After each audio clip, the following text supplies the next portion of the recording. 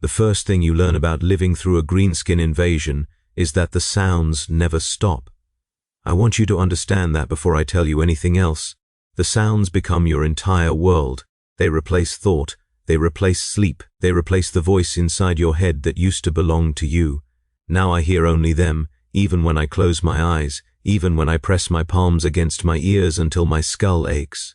The drumming, the chanting, the war cries that shake dust from ceilings 16 levels up. The laughter, Emperor preserve us, the laughter. They laugh while they kill us. They laugh like children at a carnival, like this is the greatest entertainment they have ever known. And perhaps it is. My name is Marcus Whitfield. I was a sanitation processor in Hive Thessalonica, Sector 47, Level 312. I say was because that job no longer exists. That sector no longer exists. That level is now a crater filled with burning bodies and twisted metal, and I watched it happen from a maintenance shaft 3 kilometers away while I chewed my own knuckle bloody to keep from screaming. I am writing this because someone should know what happened here. Someone should understand what it means when the administratum reports that a Hive World has been lost to Xenos incursion. They use such clean words for it. Incursion, pacification failure, strategic withdrawal. Those words mean nothing. They are sounds that bureaucrats make to avoid saying what I am about to tell you. 19 days ago, the sky turned green. I remember I was eating breakfast, protein slurry and recycled water, the same meal I had eaten every morning for 37 years. My wife, Catherine, was already at her shift in the textile manufactorum. My daughter had died in a fever 3 years prior. I mention this because you should know that I had already learned what loss felt like before the greenskins came. I thought I understood grief. I thought I understood fear. I understood nothing.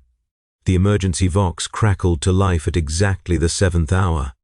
A voice I did not recognize spoke with perfect calm, and that calmness was the first warning sign I failed to recognize. Citizens of Hive Thessalonica, it said. This is an emergency broadcast from the Planetary Defense Authority. Remain in your habitation blocks. Secure all entry points. Do not approach windows or exterior walls.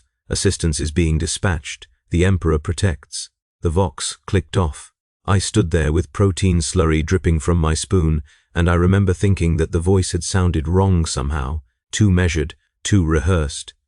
As if whoever was speaking had practiced those words many times before and was finally using them the way a man might finally deploy an insurance policy he had hoped never to need. The first explosion came 17 minutes later. The floor shuddered. Dust fell from the pipes above my head. I dropped my bowl and ran to the window, that stupid little rectangle of smoked glass that looked out onto the habitation block across the gap. What I saw through that window still visits me when I sleep, which is rarely now. A ship was descending through the atmosphere, but it was not like any Imperial vessel I had ever seen on the pict feeds. It was made of scrap, literally made of scrap, as if someone had welded together every piece of discarded metal in a manufactorum and somehow convinced it to fly. Flames trailed from its engines. Chunks of hull plating were falling off as it descended. It should not have been able to maintain altitude. It should have crashed and killed everyone aboard. But it did not crash. It slammed into the upper spire with a sound like the world ending, and the greenskins poured out of it before the fires had even stopped burning. I could see them from my window, tiny figures at that distance but unmistakable. Green, massive, moving with a speed that their bulk should have made impossible. They were already fighting before. They had fully emerged from the wreckage, shooting at anything that moved, at things that did not move, at each other when nothing else was available. The sound reached me a second later, a delay caused by distance, and that was when I first heard it. The chanting, the rhythmic bellowing that I would come to know better than my own heartbeat. A single word, repeated over and over, growing louder as more of them joined the chorus. A war cry that meant nothing to human ears but promised everything to them. Violence, joy, purpose. I tried to call Catherine. The Vox network was already dead. I tried to access the cogitator terminal in my block. Error messages filled the screen, red text scrolling endlessly, and then the terminal sparked and went dark. I stood in my habitation unit, and I listened to the distant sounds of gunfire, and I made a decision that I have questioned every moment since. I decided to wait, The voice on the Vox had told me to remain in my habitation block. Assistance was being dispatched. The Emperor protects. I believed those words because I had been taught to believe them, because 37 years of dutiful service had trained me to trust the systems that governed my life. So I waited. I secured my door. I filled every container I could find with water from the recycler. I gathered the protein bars from my emergency kit, the kit that every citizen was required to maintain and that most citizens ignored. And I waited for assistance that would never come. The Vox crackled to life again 4 hours later, and the voice had changed. It was still calm, still measured, but now there was something underneath the words that made my skin crawl. Citizens of Hive Thessalonica. The situation remains under control. Evacuation corridors are being established in the following sectors. The voice listed sector numbers. Mine was not among them. Proceed to your designated evacuation points in an orderly fashion. Do not bring personal belongings. Do not deviate from established routes. Security forces will guide you to safety. The Emperor protects. The message repeated. It repeated 17 times before I stopped counting, and each time it repeated, I noticed something else that was wrong. The background sounds were changing. The first broadcast had been clean, recorded in a proper studio or command center. Now I could hear distant thumps, muffled shouts, a sound that might have been screaming, quickly cut off. The voice continued reading its script without acknowledging any of it. That was Hook 1, though I did not recognize it as such at the time. That voice would guide me through the next 19 days. That voice would become my obsession, my navigation system, the thread I followed through the labyrinth of dying corridors and burning sectors.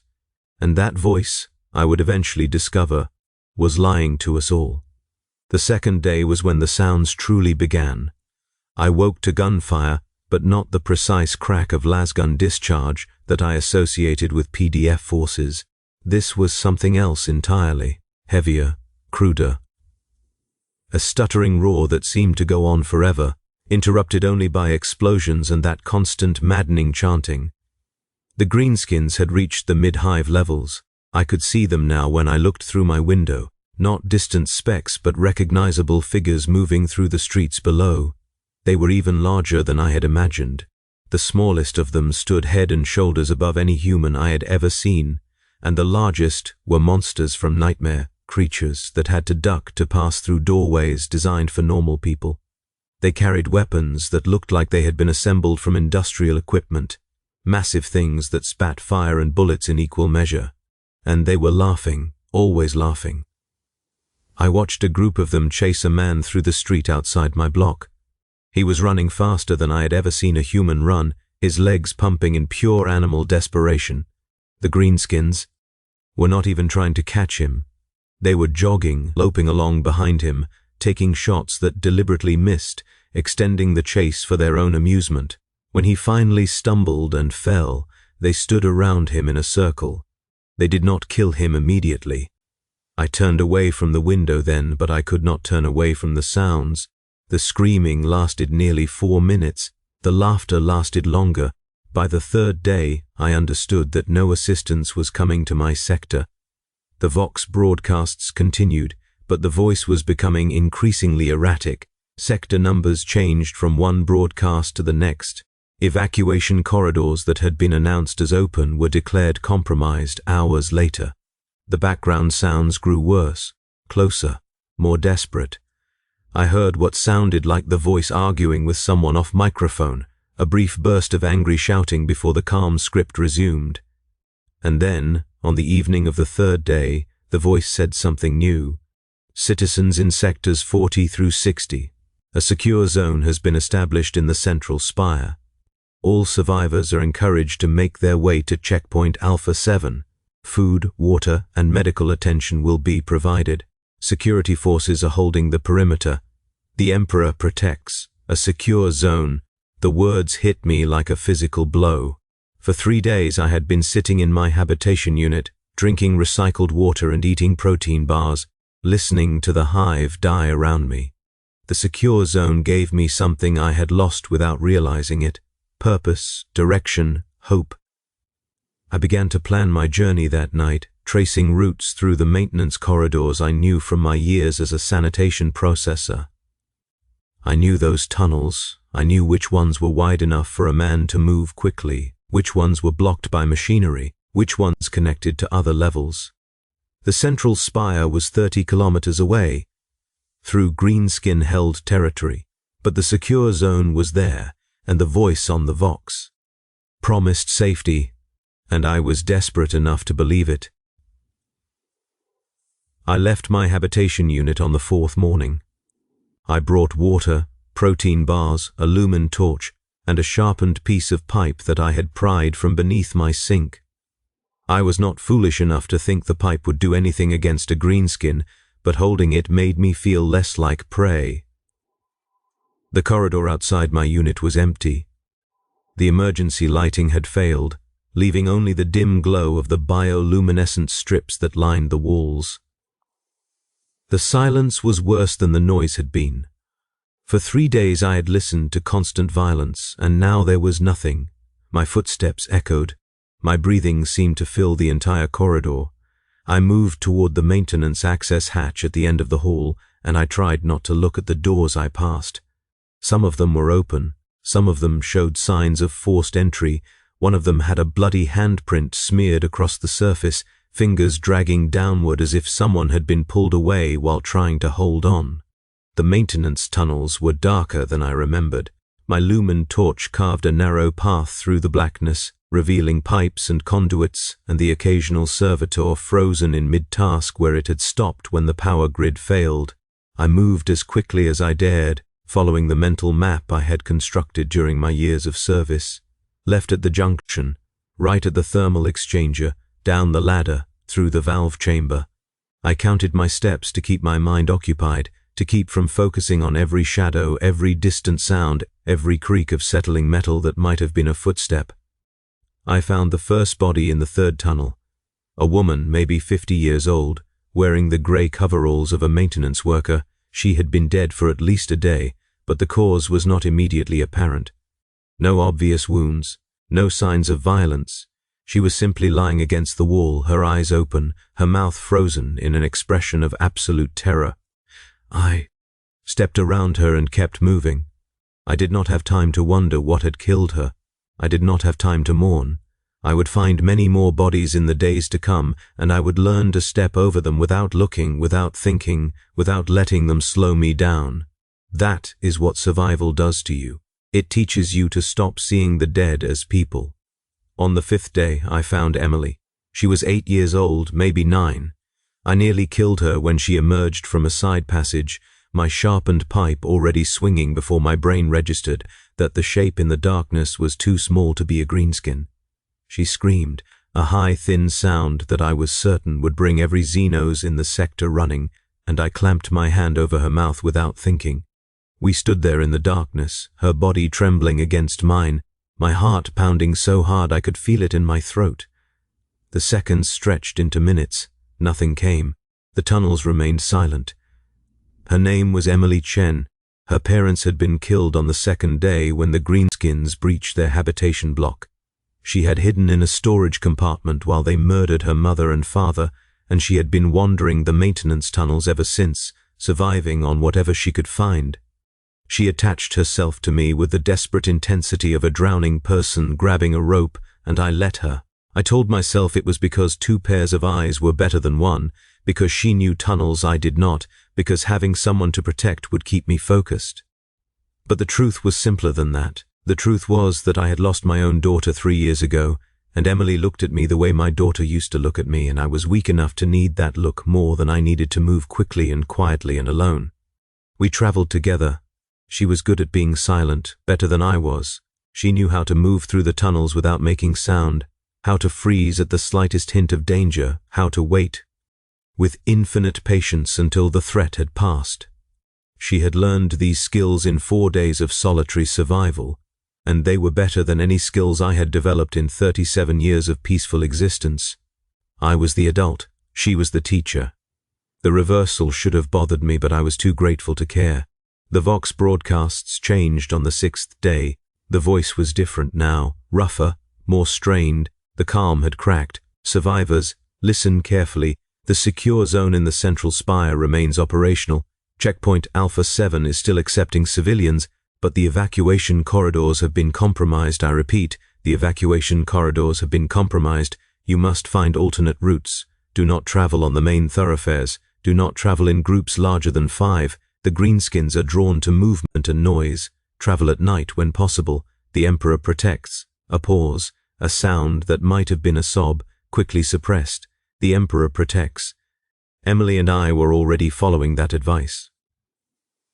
We moved through the maintenance tunnels, avoiding the main corridors, traveling in the dead hours when even the greenskins seemed to sleep. We saw them sometimes, through grates and access panels, moving in packs through the streets above. They were not looking for survivors anymore. They were settling in, building things, crude structures of scrap metal and salvaged materials, ugly constructions that served no purpose I could understand. They were making the hive their own. They were making it into something that looked like them, something brutal and loud and chaotic. On the 7th day, I saw something that changed my understanding of what was happening in Hive Thessalonica. We were moving through a ventilation shaft, crawling on our bellies, when Emily grabbed my ankle and pointed through a grate below. I looked, and what I saw made my stomach clench with a horror that had nothing to do with the greenskins themselves. Humans were working for them, not as slaves in chains, not as prisoners forced at gunpoint. They were moving freely among the Xenos, carrying tools, hauling materials, following orders given in that guttural alien tongue. Some of them were wearing crude green paint smeared across their faces. Some of them had symbols carved into their skin, the same symbols I had seen on greenskin banners. They were cooperating, they were serving. They were helping the creatures that had murdered their neighbors, their friends, their families. One of them, a man with hollow eyes and a permanent smile that never reached them, was directing a work crew with cheerful efficiency. He shouted orders in a pidgin language that mixed human words with alien ones. He laughed when a greenskin slapped him on the back hard enough to make him stagger. He was grateful for the attention. Emily whispered a single word. Turncoats. She said it without emotion, without judgment. She had already seen this. She had already accepted that some humans would choose survival over loyalty. I had not. I stared at those collaborators and I felt something break inside me. Some last illusion about the fundamental decency of my species. These were people who had lived in the hive, who had eaten in the same dining halls and walked the same corridors and prayed to the same emperor. Now they were serving the enemy because serving the enemy meant living another day. I could not find it in myself to blame them. That was the worst part. I understood exactly why they had made that choice, and I was terrified that I might make the same choice if the alternative was death. We moved on. We did not speak about what we had seen. The tunnel stretched ahead of us, dark and narrow and endless, and somewhere at the end of it was the secure zone and the voice on the Vox and the promise of safety. I had to believe that promise was real. I had to believe that something in this nightmare was real. The 8th day brought the first direct encounter. We were emerging from a maintenance hatch into what should have been an empty storage bay when the sound hit us. That rhythmic chanting, closer than I had ever heard it, close enough to feel in my chest. Emily froze. I froze. And then the hatch on the far side of the bay burst open and a greenskin came through it, moving at a speed that made my brain refuse to process what my eyes were seeing. It was not looking for us. It was running from something, laughing as it ran, turning to fire its massive weapon at something behind it. Another greenskin followed, then another, then a dozen more, all of them shooting at each other, all of them howling with what could only be described as joy. They were fighting among themselves, some internal dispute that had escalated into open combat, and they filled the storage bay with fire and noise and chaos. Emily and I pressed ourselves against the wall behind a stack of crates. I could feel her trembling. I could feel myself trembling. One of them came so close that I could smell it. A thick animal musk mixed with gun oil and something else, something sharp and alien. Its massive foot landed centimeters from my hand. I did not breathe. I did not move. I watched that green skin pass by my face and I prayed to the Emperor for the first time since my daughter had died. They did not see us. Their fight carried them through the bay and out the other side. leaving behind 3 dead greenskins and enough spent ammunition to equip a PDF squad. We waited for an hour after the sounds had faded before we moved. Emily's hand found mine in the darkness and squeezed. I squeezed back. We were still alive. We were still moving toward the secure zone. That was all that mattered. The Vox broadcast on the 9th day confirmed my growing suspicions about the voice. It was not coming from any official channel. The frequency was wrong, the encryption absent, the format improvised.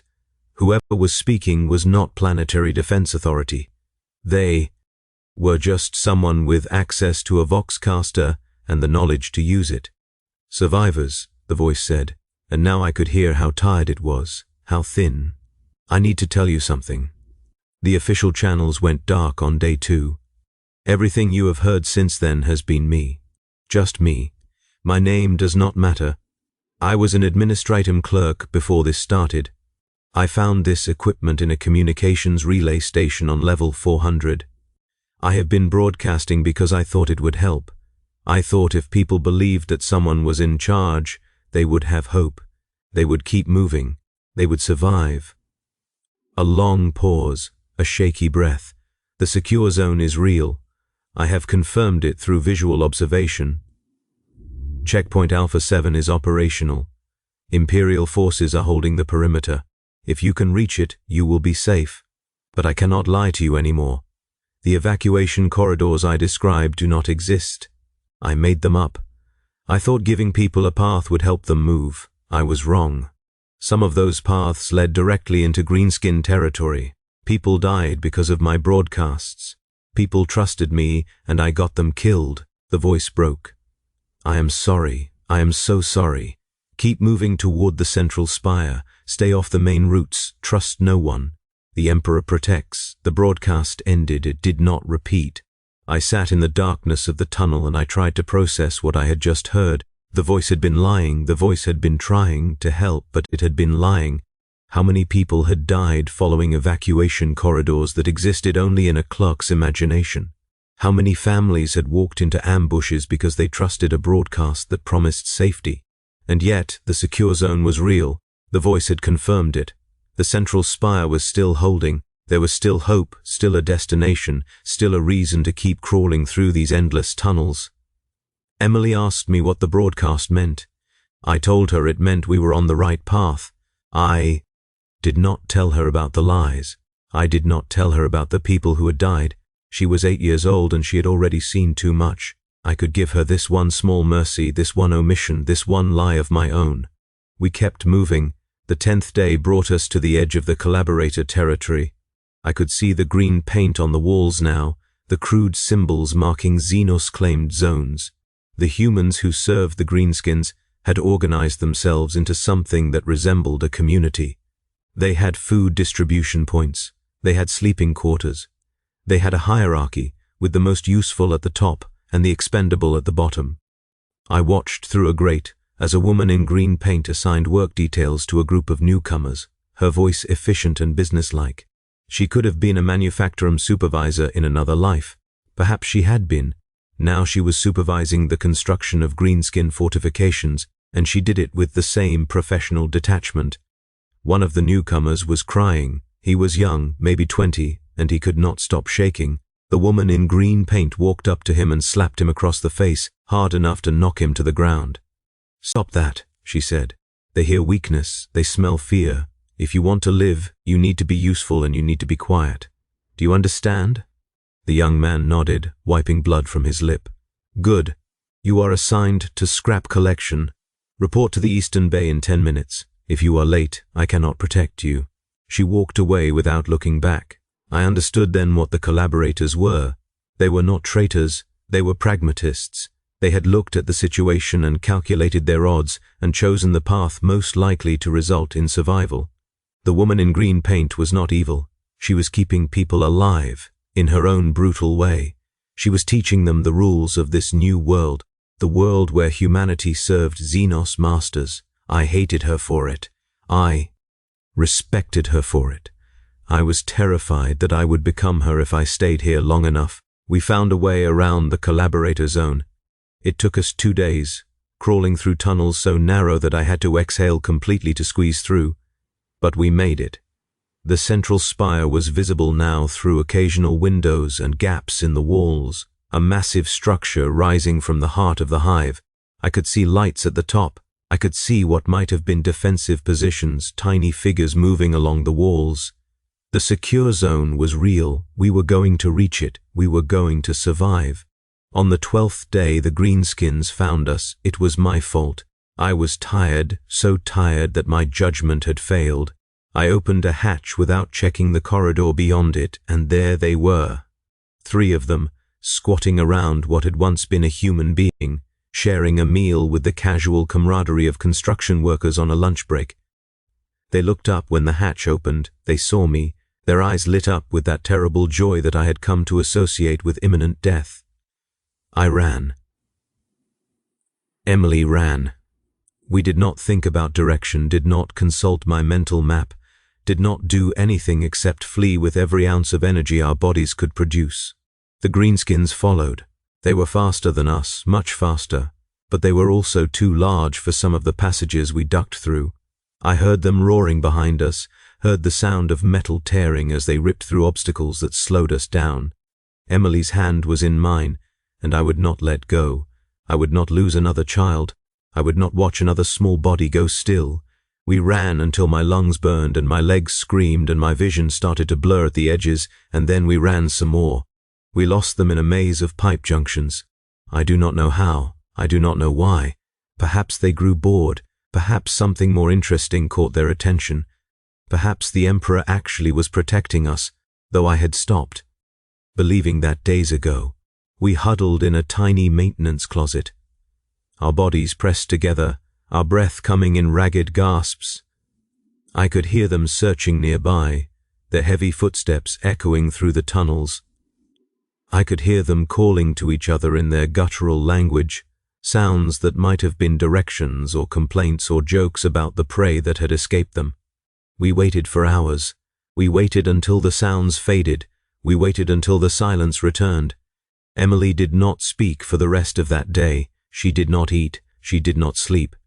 She simply stared at the wall with those old eyes in that young face, processing something that no 8-year-old should ever have to process. I held her hand and I said nothing because there was nothing to say. We were still alive. That would have to be enough. The Vox broadcast on the 13th day was different. A new voice, stronger than the clerk's had been, with an authority that sounded genuine. Attention all survivors. This is Sergeant Major Thomas Brennan of the Planetary Defense Force. The Central Spire Secure Zone remains operational. Imperial Navy forces have been contacted. Extraction is being coordinated. All survivors within a 20-kilometer radius of the Central Spire are ordered to proceed to Checkpoint Alpha 7 immediately. I repeat, immediately. The Greenskin advance has been temporarily halted by concentrated defense, but this window will not last. You have 72 hours to reach the checkpoint. After that time, the perimeter will be sealed for final evacuation. Anyone outside the perimeter at that time will be considered lost. Move now. The Emperor protects. 72 hours, 3 days to cover the remaining 8 kilometers. It should have been simple. It should have been easy. But the route between us and the Central Spire was no longer the empty maintenance tunnels we had been traveling. It was contested territory, fought over by greenskin warbands and collaborator work crews and desperate survivors who had become little better than animals themselves. We would have to move through all of it, and we would have to do it in 3 days. I looked at Emily. She looked at me. Neither of us spoke. We started moving.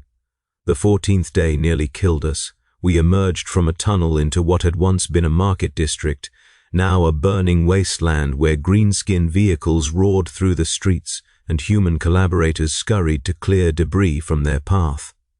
We had no choice but to cross it. The tunnels had become impassable, blocked by collapsed sections and flooded chambers. The only way forward was through the open, under the eyes of thousands of enemies. We waited until darkness fell. We moved in short bursts, sprinting from cover to cover, hiding behind burned-out vehicles and collapsed walls. Every second felt like an hour. Every shadow could have hidden a greenskin patrol.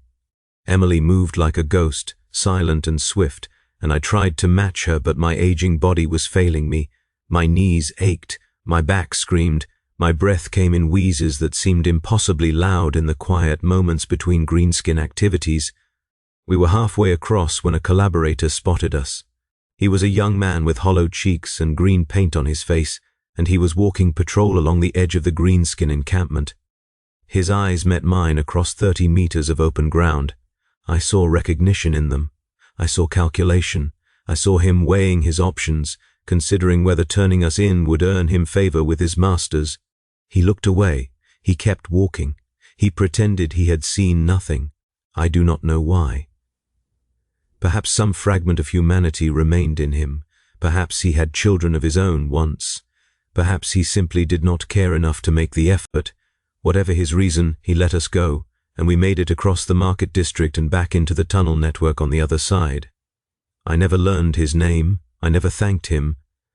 But I will remember his face for the rest of my life, however long that turns out to be. The 15th day brought us to the final obstacle. The central spire was visible now, rising above us like a promise of salvation, but between us and the checkpoint was a greenskin fortification that had not been there 3 days ago.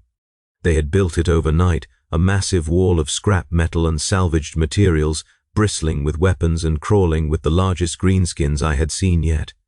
There was no way through it. There was no way around it. The only path to the secure zone was blocked by an army of Xenos who would kill us on sight. I sat down in the tunnel and I cried. I am not ashamed to admit it. I cried like I had not cried since my daughter died, great heaving sobs that racked my entire body. Emily sat beside me and put her small hand on my arm and said nothing. She understood. She had already accepted what I was only now beginning to understand. We were not going to reach the secure zone. We had come so far, survived so much, and we were going to die within sight of safety. The Vox crackled. Survivors approaching from the eastern districts. Be advised that greenskin forces have established a fortification blocking direct access to checkpoint Alpha 7. An alternate route is being established. Proceed to coordinates 773 by 419. Engineering teams are creating a breach. Window of opportunity estimated at 4 hours starting at dawn tomorrow. I repeat, 4 hours. After that, the breach will be sealed by enemy response. This is your only chance. The Emperor protects. 4 hours. Tomorrow at dawn. A breach in the fortification. It was either a trap or a miracle, and I no longer cared which. We had nothing to lose. If the coordinates led us into an ambush, we would die. If they led us to safety, we would live. Either way, the uncertainty would be over.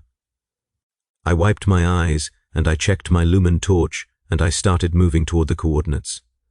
Emily followed without question. She trusted me completely.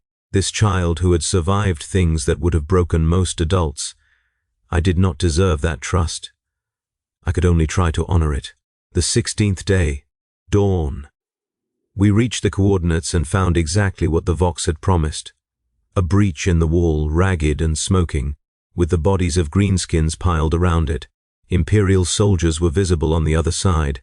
Actual PDF troops in actual uniforms with actual weapons, waving survivors through the gap. I could see other people running toward the breach. Humans who had been hiding in the tunnels just like us, emerging from the darkness into the light of potential salvation. We ran.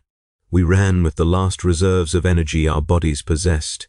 The breach was closing behind us, greenskins pouring out of their structures to plug the gap, and the PDF troops were laying down covering fire that lit up the dawn like a second sunrise.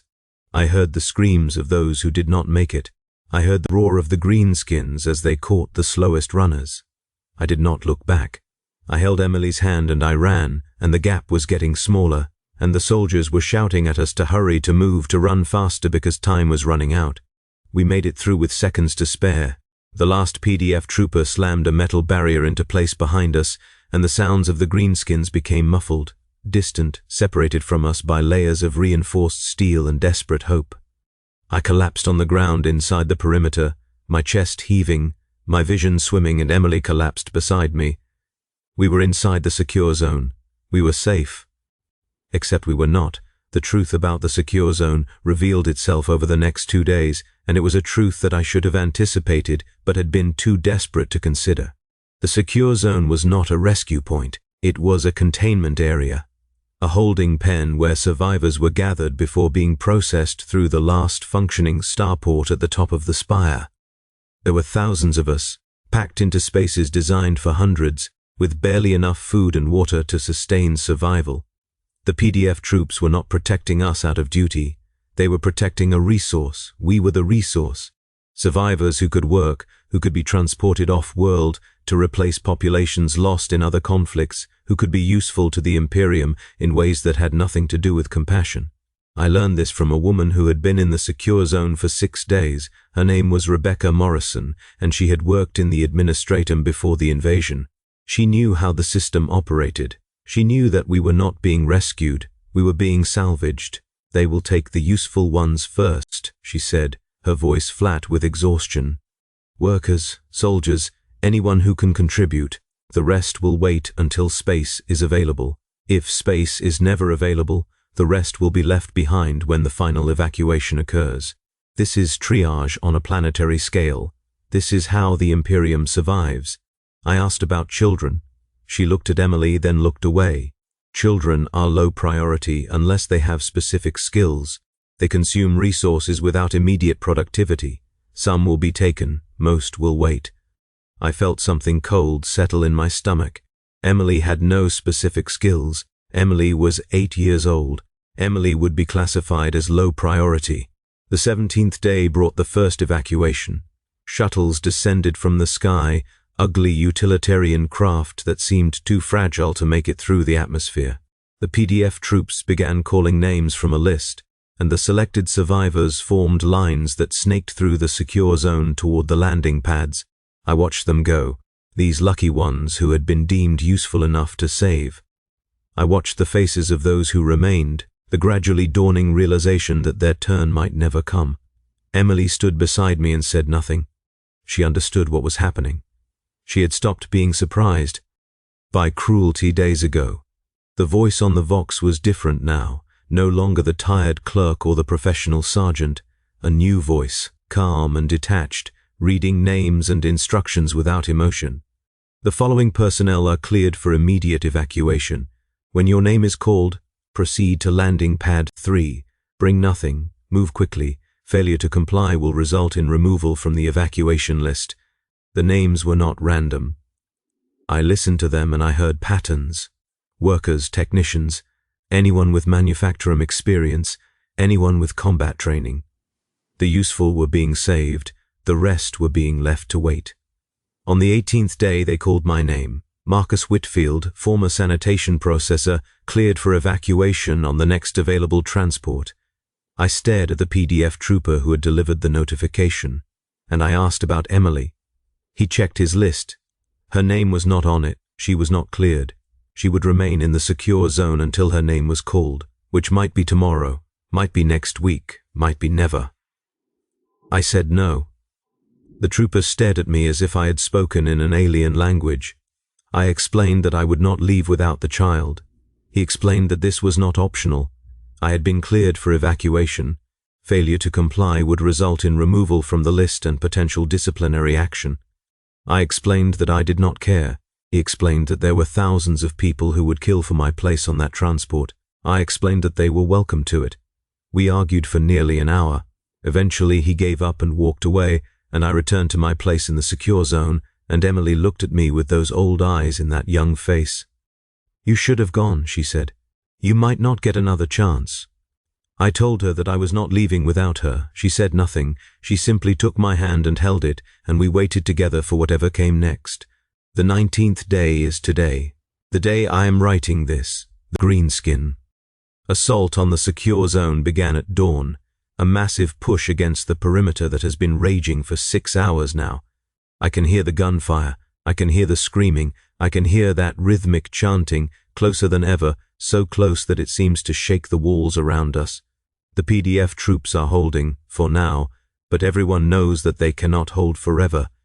The evacuation has accelerated, shuttles are landing and launching in rapid succession, carrying as many survivors as possible to the ships in orbit. Names are being called constantly now, a desperate litany of people who might live and people who will be left behind. They have not called my name again. They have not called Emily's name. We are sitting in a corner of the secure zone, surrounded by other low-priority survivors, watching the chaos and waiting for the end. The end might be rescue. The end might be death. I cannot predict which it will be, and I have stopped trying. I am writing this because I want someone to know what happened here. I want someone to understand what it means to live on a hive world ravaged by greenskins. It means 19 days of constant terror. It means learning to step over bodies without looking. It means watching humans serve Xenos because serving means surviving. It means trusting voices on the Vox that might be lying to you. It means running through darkness while monsters laugh behind you. It means making impossible choices about who to save and who to leave behind. It means discovering that the systems you trusted to protect you see you only as a resource to be allocated. Emily is sleeping beside me now. She has not slept properly in days, but exhaustion has finally overwhelmed fear. She looks almost peaceful. This child who has seen more horror in 2 weeks than most people see in a lifetime. I do not know if she will survive the day. I do not know if I will survive the day. But I know that if we do survive, it will be together. I made that choice on the 18th day, and I do not regret it. The Vox is crackling again, a new voice, strained and urgent. All remaining survivors in the secure zone, prepare for immediate evacuation. I repeat, all remaining survivors. The perimeter is failing. We are initiating full extraction. Proceed to the nearest landing pad immediately. Do not wait. Do not delay. Move now. Emily is waking up. I am helping her to her feet. The sounds of battle are getting louder. The chanting is getting closer. But the shuttle is waiting, and my name does not matter anymore. And Emily's name does not matter anymore. All that matters is reaching that landing pad before the walls come down. I am ending this record now. If you are reading it, it means we made it. It means someone survived to carry this document off-world. It means our story did not disappear into the fire and chaos of Hive Thessalonica. The Emperor protects. I do not know if I believe that anymore, but Emily is holding my hand, and the shuttle is waiting, and we are running one last time toward a future that might not include us but must include something. We are running, we are still alive. For now, that is enough.